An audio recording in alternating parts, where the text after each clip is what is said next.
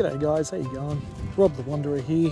Just thought I'd do a quick clip on the campsite setup and show you guys around, and I had a few people ask, so I thought, hey, let's do it. Here we are out at Gibner State Forest, hanging out with some kangaroos and things. Hopefully you can see them in the background. Plenty of wildlife out here, guys, and such an amazing place to camp. So let's have a look around the campsite. So as a lot of you probably know, I go with the gazebo type setup and out of a swag, so absolutely love it. One of the best ways to camp, I think. Yeah, it takes a little bit longer to set up and all that kind of thing, but really great way to camp, and highly recommend it if you're looking to get into camping. Try out swag camping.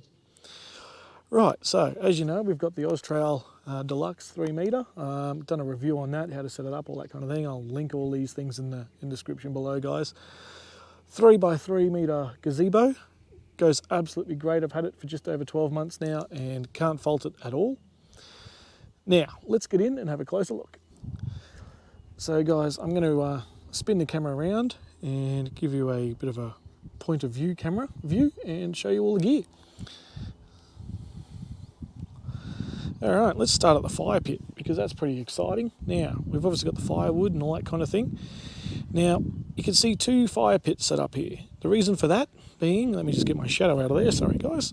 The reason for that being my grill doesn't fit over these sort of fire pits. Well, that's reason number 1. Reason number 2 is these fire pits are great for national parks, state forests, all that kind of thing, exactly where I am right now. They're off the ground, they don't leave any scars on the ground. And if a ranger was to come along, he wouldn't have any problems with this kind of fire pit. So if you're in the market, Drifter here, this one's been great. I've had this one for about 12 months as well. And they make them, a whole bunch of other companies now make them as well. So absolutely fantastic fire pit.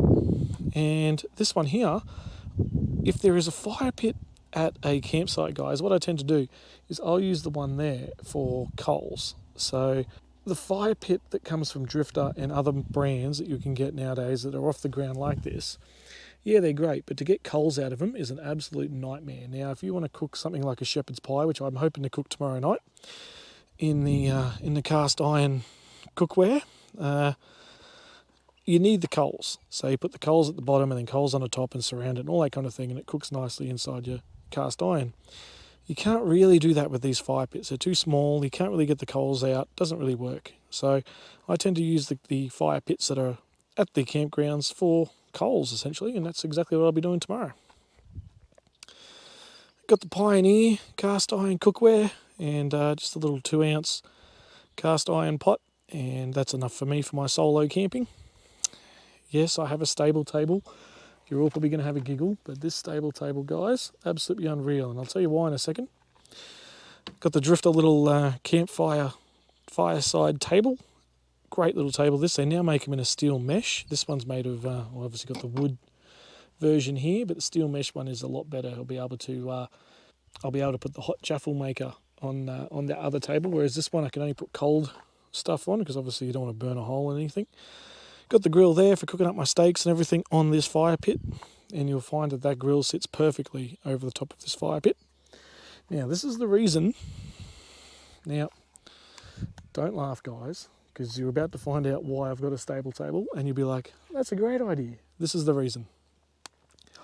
This chair here, the Wanderer foldy, backy, loungy chair, whatever you want to call it, see how it leans back?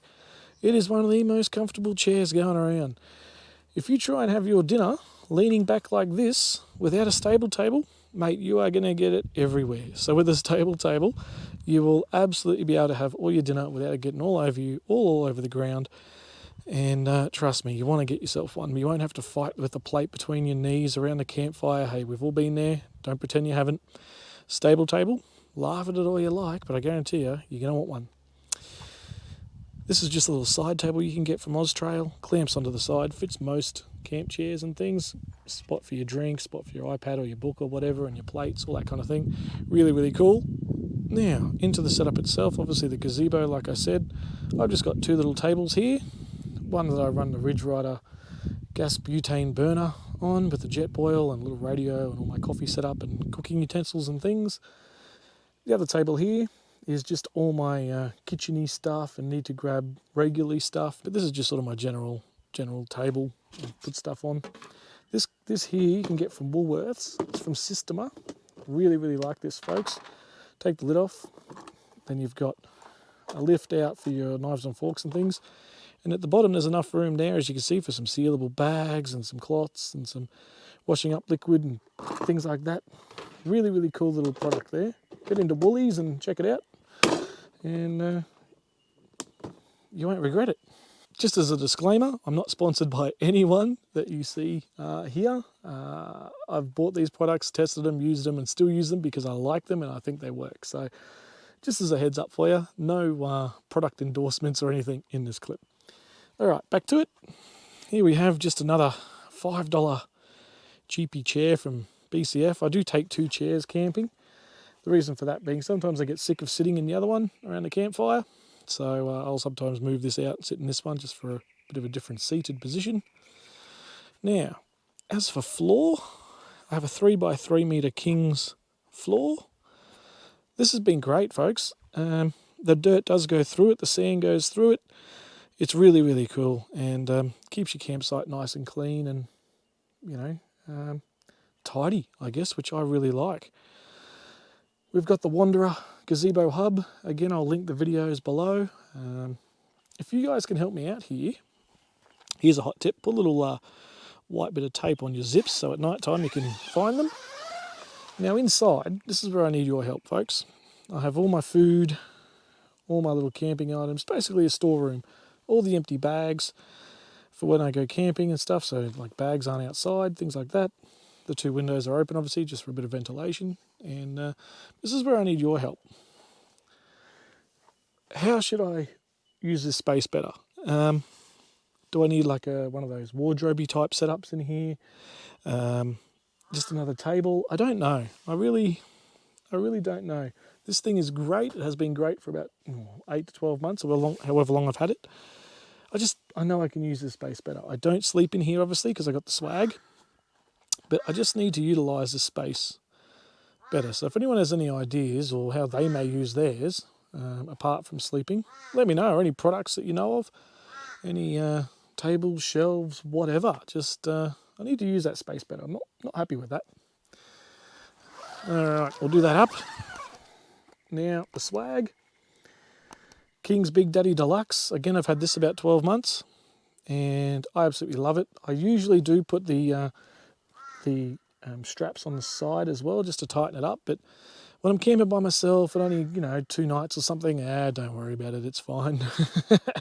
But absolutely love this swag. If you're looking at getting a swag, give them a look. There's plenty of others out there on the market as well, but this is fine and has been fine for me. And we'll have a look inside.